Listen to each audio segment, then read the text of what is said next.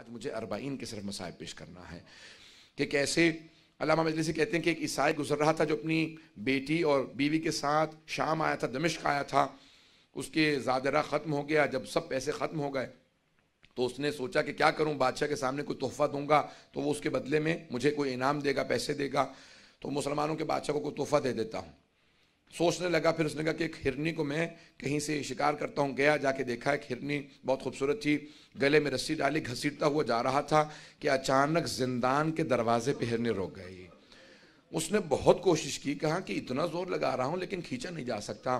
کھینچتا رہا، اچانک اس نے رسی کو ڈھیلا کیا، دھکیلنے لگا.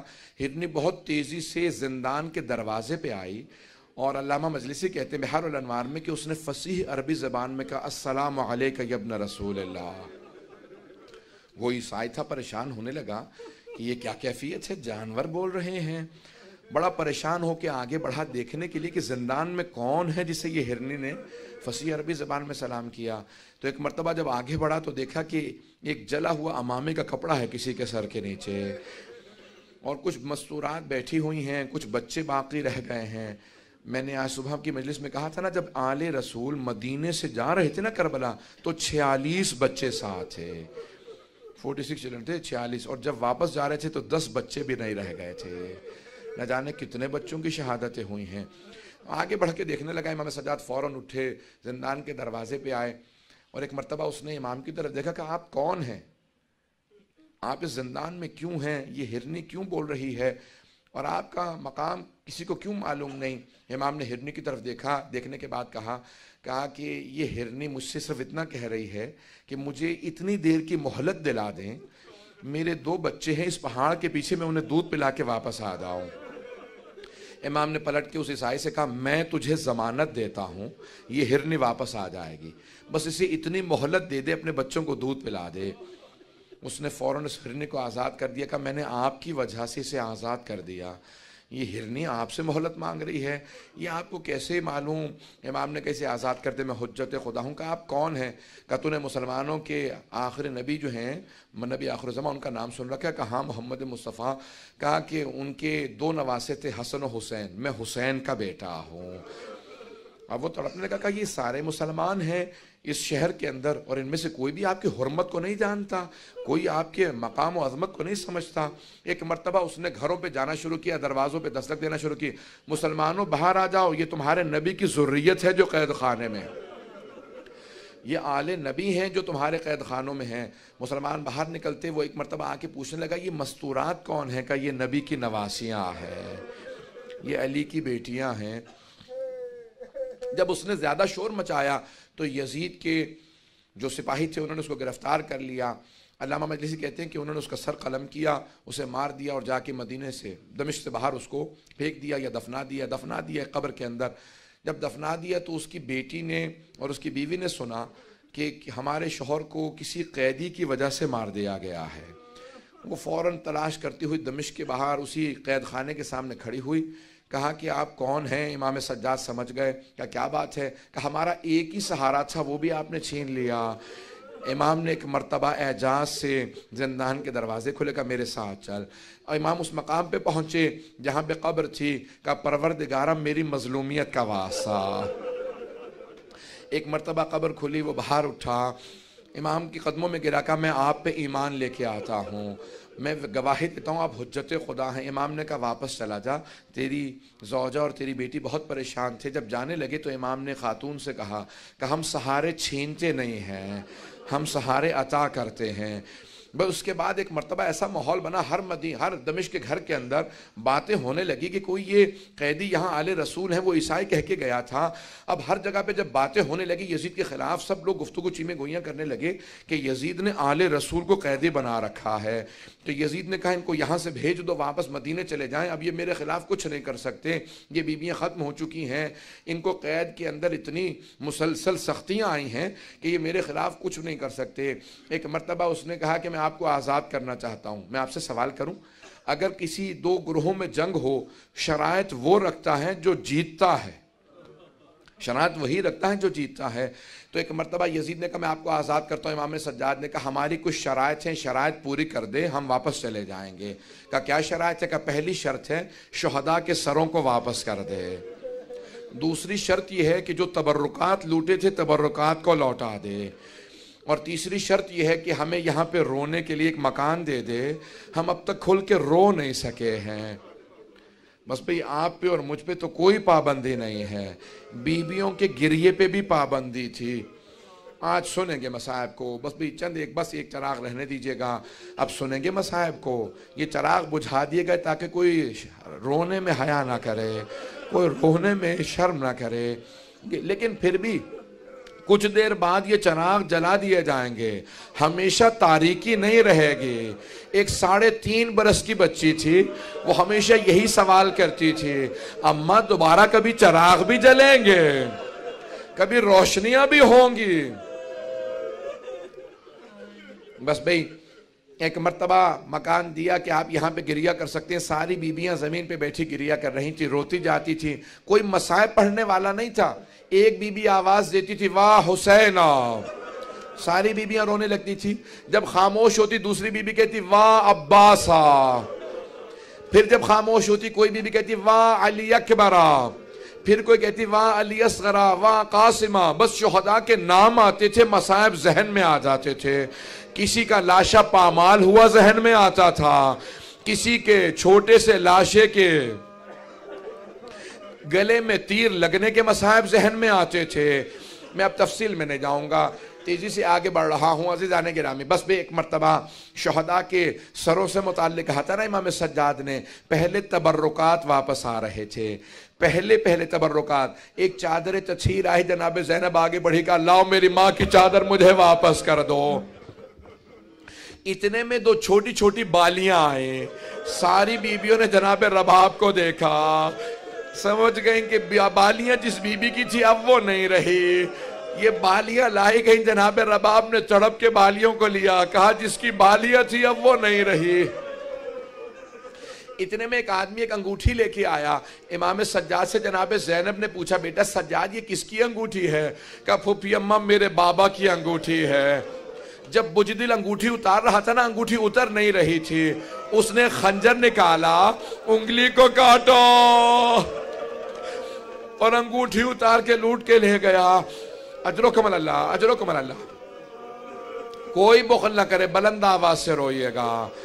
امام سجاد کہتے ہیں میرے بابا پہ ایسے گریہ کرو جیسے ایک بوڑھی ماں جوان بیٹے پہ روتی ہے۔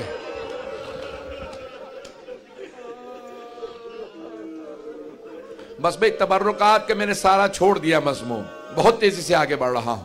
تبرکات آ چکے، اب ایک مرتبہ شہداء کے سر واپس آنے لگے۔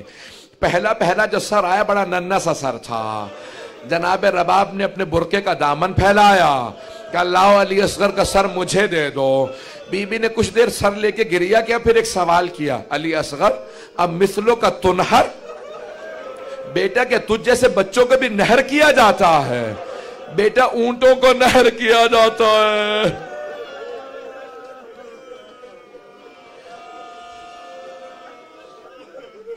اتنے میں ایک سر آیا جو بہت خوبصورت سر تھا، جناب لیلہ نے کہا لاؤ علی اکبر کا سر مجھے دے دو۔ بی بی نے کہا علی اکبر تیرے بغیر جینا ماں کا بڑا مشکل ہے۔ اتنے میں ایک سر آیا، جناب ام فروہ آگے بڑھی، سر کو لینے کے بعد کہا قاسم جب آپ خیمے سے گئے تھے آپ کے چہرے پہ گھوڑوں کی ٹاپوں کے نشان نہیں تھے۔ بس بھئی سر آتے رہے۔ اتنے میں ایک سر آیا، اسے نیزے سے نہیں اتارا گیا تھا، اسے ایک تھیلے سے نکالا گیا تھا۔ جناب ام کلثوم آگے بڑھی کہا لاؤ عباس کا سر مجھے دے دو۔ بس بھئی اتنے میں 2 سر اور آئے، 2 سر اور آئے۔ ساری بیویوں نے جناب زینب کو دیکھا۔ آپ کے ذہنوں میں مصائب ہے، میں نے اشارہ صرف کرنا تھا۔ جناب فضہ نے جب اس نے بار بار پوچھا، جناب فضہ نے کہا یہ 2 سر مجھے دے دو، میری آقا زادی کے بیٹے ہیں۔ کہا بی بی بیٹوں سے ودا تو کر لیجئے۔ کہا فضہ میں علی کی بیٹی ہوں، صدقہ دے کے واپس نہیں لیتی۔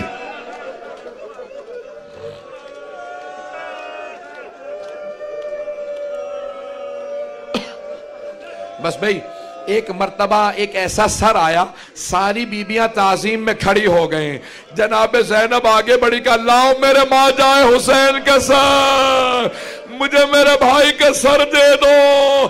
ساری بیبیوں نے حلقہ باندھا، بلند آواز سے گریہ کرنے لگی، ماتم کرتی جاتی تھی بیبیاں۔ بس بھئی ایک مرتبہ 3 دن تک بیبیاں روتی رہیں، گریہ کرتی رہیں۔ امام سجاد نے اعلان کیا کہ پھوپھی اماں سب بیبیوں سے کہتے ہیں کل صبح ہم مدینے واپس چلے جائیں گے۔ صبح نمودار ہوئی، میں نے 2 جگہ یہ مصائب پیش کیا، صرف یہ ایک جملہ پیش کر رہا ہوں وہاں اپنے مصائب سے۔ جیسی صبح نمودار ہوئی تو جناب زینب سے امام سجاد نے پوچھا پھوپھی اماں بیبیاں تیار ہیں؟ جناب زینب نے کہا بیٹا سجاد سب بیبیاں تیار ہیں، لیکن آپ کی ماں رباب کا کچھ پتہ نہیں ہے، نہ جانے رباب آج صبح سے کہاں چلی گئی ہیں۔ امام سجاد نے کہا پھوپھی اماں مجھے پتا ہے میری ماں کہاں گئی ہے، بیبیوں سے کہیں تیار ہو، راستے سے ماں کو لے لیں گے۔ جب چلے تو جناب زینب نے کہا بیٹا سجاد یہ راستہ تو زندان کو جاتا ہے۔ کہا پھوپھی اماں میری ماں زندان کی ایک قبر سے وداع کرنے گئی ہے۔ جیسے ایک ماں بچے سے لپٹ کے روتی ہے نا، جناب رباب قبر سے لپٹی ہوئی تھی، بار بار کہتی تھی سکینہ تمہیں سب سے زیادہ شوق تھا مدینے جانے کا، بیٹی اٹھو ہم مدینے جا رہے ہیں۔ امام سجاد آگے بڑھے، ماں کا بازو تھاما، جناب زینب نے بازو پکڑا کر رباب جو چلے جاتے ہیں ان کے ساتھ دنیا سے نہیں چلے جاتے، رباب صبر کرو۔ بس بھئی اٹھی بیبیاں چلیں۔ ایک مرتبہ جیسے دمشق سے قافلہ باہر آیا نا تو جناب زینب نے آواز دی بیٹا سجاد ذرا قافلے کو رکوا دیجئے۔ قافلہ رک گیا، بی بی نے ساری بیبیوں سے کہا، جناب زینب نے بیبیوں ذرا دوبارہ دمشق کا رخ کرنا۔ سب بیبیوں نے دمشق کا رخ کیا۔ جناب زینب نے ہاتھوں کو اٹھا کے کہا کہ بیبیوں گواہ رہنا، سکینہ میں چھوڑ کے جا رہی ہوں، بیٹی میں وعدہ کرتی ہوں میں واپس آؤں گی۔ بس بھئی سب بیبیاں تڑپنے لگی، رونے لگیں۔ امام سجاد نے قافلے کو دوبارہ چلا کر قافلے کو چلا دو۔ ایک ایسا مقام آیا کہ جہاں پہ جو قافلے کے ساتھ چل رہا تھا اس نے آواز دی کہ سید سجاد ہم ایک ایسے مقام پہ ہیں یہاں سے راستہ مدینے بھی جاتا ہے کربلا بھی جاتا ہے، بس کربلا کا نام سننا تھا۔ ساری بیبیاں تڑپنے لگیں کہ سجاد ہم لاشیں چھوڑ کے آئے تھے، ہمیں کچھ دیر کے لیے کربلا لے چلو، ہم قبروں کی زیارت کرنا چاہتے ہیں۔ امام سجاد نے کہا ہمیں کربلا جانا ہے۔ کربلا چلنے لگے، جب راستے میں کربلا کا نام آیا ہر بیوی تڑپ رہی تھی، کسی کو اپنا شہید یاد آتا، کسی کو اپنا بچہ یاد آتا، کسی کو کوئی یاد آتا، کوئی بھائی کو یاد کر رہی تھی، ہر بیوی تڑپ رہی ہے۔ وہاں جناب جابر عطیہ رسول خدا کے صحابی کے ساتھ دونوں صحابی پہنچے۔ جیسے ہی پہنچے نا تو کربلا میں پہنچے، جناب جابر نابینا ہو چکے تھے۔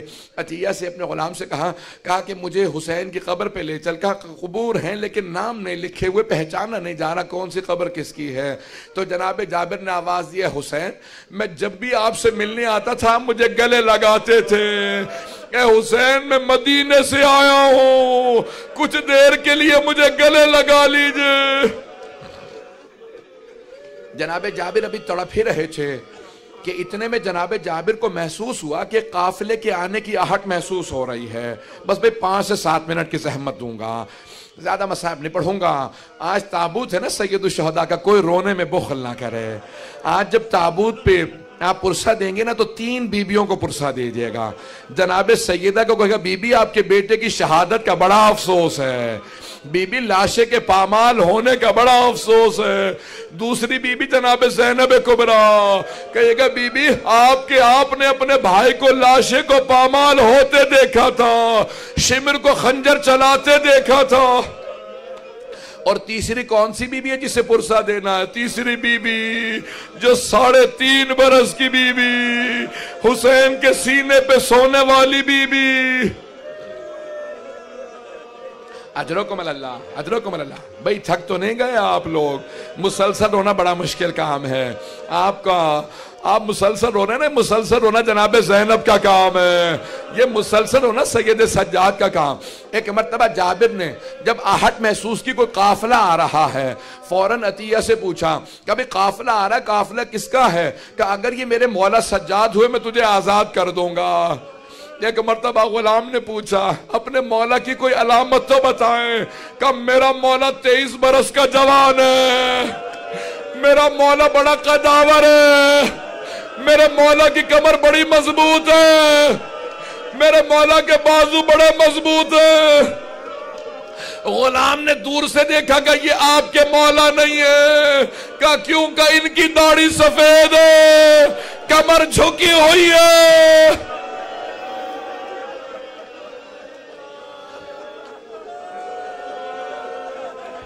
اجرکم اللہ۔ بس بھئی وہاں سے امام سجاد پھپھیوں کے ساتھ چلتے ہوئے آ رہے ہیں۔ میں ایک سوال کروں آپ سے، ذرا رک جائیے۔ آپ نے دیکھا خدا نہ خواستہ اگر کسی گھر میں کسی بزرگ کا انتقال ہو جائے تو سب جاتے ہیں بیٹوں کو پرسہ دیتے ہیں۔ امام سجاد کو کسی نے امام حسین کا پرسہ نہیں دیا تھا۔ امام کربلا کے بعد سے تڑپ رہے تھے، مجھے کوئی گلے لگائے، مجھے کوئی میرے بابا کا پرسہ دے۔ کوئی کہے سجاد آپ یتیم ہو گئے، آپ کی پھپھیوں کا پردہ چھن گیا، کسی نے گلے نہیں لگایا تھا۔ جیسے ہی امام سجاد کی جناب جابر پہ نگاہ پڑی، خود ہی آگے بڑھے، جناب جابر کو گلے سے لگایا، جیسے کوئی کئی دنوں سے کسی اپنے کو تلاش کر رہا ہو۔ گلے لگا کے کہا جابر ہاں ہونا قتلا رجالنا، جابر اس سرزمین پہ ہمارے مردوں کو ذبح کیا گیا، جابر میرے بابا کے لاشے پہ گھوڑے دوڑائے، جابر میری پھپھیوں کے پردے چھنے، میری چھوٹی بہن کو تماچے لگے، جابر میرے گلے میں توق تھا، ہاتھوں میں زنجیریں، پاؤں میں بیڑیوں، نبی کی نواسیاں شرابی کے دربار میں گئی۔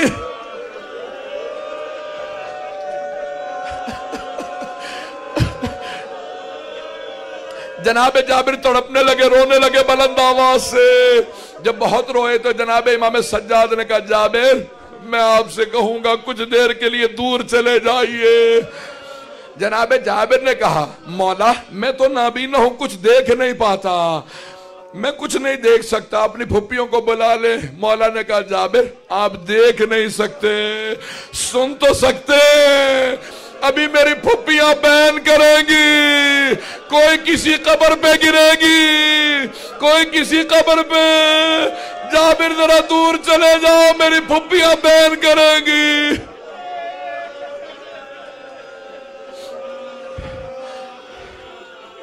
بس بھی آواز آئی جناب زینب کی، بھائیا میں جب بھی آتی تھی آپ کھڑے ہو جاتے تھے، بھائیا میں شام سے لٹ کے آئی ہوں، بھائیا کوئی بھی اچھی حالت میں نہیں، سب بیمار ہیں، بھائیا میرے پاؤں زخمی ہیں، بھائیا مجھے گلے لگا لو۔ اجرکم اللہ۔ بس بھئی امام سجاد نے پھپھی کا بازو تھاما۔ جب جناب زینب نے پوچھا بیٹا سجاد مجھے کچھ دیر کے لیے میرے بھائی کی قبر تو دکھا دو، امام سجاد آگے لے گئے، جناب زینب قبر پہ بیٹھ کے رونے لگیں، ساری بیویاں امام حسین کی قبر پہ گر گئیں، روزے سے لپٹ کے سب رو رہی تھی۔ امام سجاد نے دیکھا اگر ایسے بیویاں روتی رہی نا تو روتے روتے کوئی بیوی مر جائے گی۔ امام سجاد بڑھے، پھپھی کا بازو تھاما، کا پھپھی اماں بس کیجئے، سب بیویاں کھڑی ہو جائیں، بس امام کا حکم تھا، سب رک گئیں۔ جیسے جناب زینب کھڑی ہوئی، بی بی نے فوراً پوچھا بیٹا سجاد یہ میرے بھائی کے ساتھ والی قبر کس کی ہے؟ مولا سجاد نے کہا یہ میرے بھائیا علی اکبر کی قبر ہے۔ ساری بیویاں دوبارہ جناب علی اکبر کی قبر پہ گر گئیں، تڑپ کے رونے لگی۔ پھر امام سجاد نے اٹھایا، پھر جناب زینب نے پوچھا یہ والا گنج شہداء میں یہ قبر کس کی؟ کہا یہ قاسم کی، پھر کہا یہ اون و محمد، سب کی قبریں بتاتے رہے۔ ایک مرتبہ جناب زینب نے تڑپ کے پوچھا بیٹا سجاد آپ نے ساری قبریں بتا دی لیکن میرے بھائیا عباس کی قبر نہیں بتائے۔ امام سجاد نے کہا پھپھی اماں میرے چچا کا روزہ فرات کے کنارے ہے، میرے ساتھ چلے میں آپ کو چچا کی قبر پہ لے جاؤں. جیسے ہی بیویاں چلی جناب زینب نے بیویوں کا راستہ روک لیا. کہا بیویوں میرے بھیا عباس کو سب کچھ بتا دینا.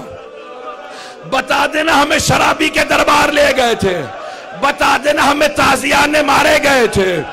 لیکن مت بتانا بیویوں میرے بھیا عباس کو مت بتانا. مت بتانا سکینہ شام میں رہ گئی. میرے بھائی کی غیرت برداشت نہیں کرے گی.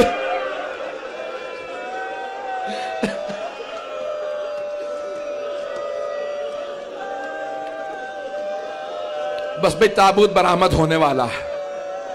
اگر 2 منٹ کی زحمت دوں, اگر سب میری طرف دیکھیں گے تابوت آ گیا. بس بھئی 2 منٹ کی زحمت دے رہا ہوں, سب میری طرف دیکھیں گے تابوت آنے والا ہے. ابھی جب تابوت آئے گا نا, وہ حسین جن کا تابوت نہیں اٹھا, امام سجاد جب دفنانے کے لیے کھڑے ہوئے لاشے پہ اتنے زخم تھے, مدینے کا رخ کیا, کہا نانا ذرا میری مدد کیجئے.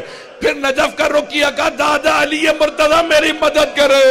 جنت البقیع کا رخ کیا ہے, چچا حسن مجتبی مدد کیجئے.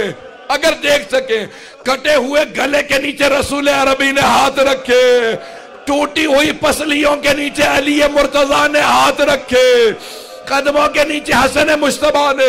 جب سب نے مل کے لاشا اٹھایا, امام سجاد قبر میں تھے. جب لاشا لینے لگے ایک بی بی کنارے کھڑی تھی. کہا سجاد ذرا آرام سے لاشا لینا, میں نے چکیاں پیس کے بالا تھا, میرا بیٹا بڑا زخموں سے چور چور ہے.